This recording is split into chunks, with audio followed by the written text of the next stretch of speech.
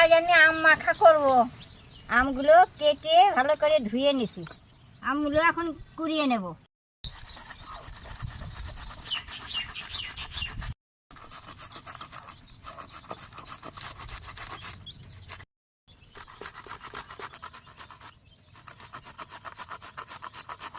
পোড়ানি হয়ে গেছে, এখন লঙ্কা দেব,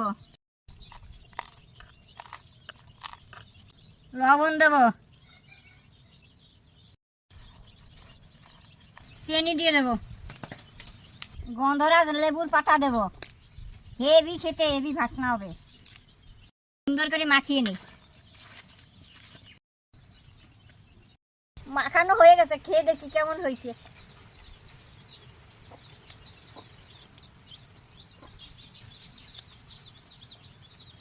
দারুণ হয়েছে। ভিডিও যদি ভালো লাগে লাইক কমেন্ট করে দেবা।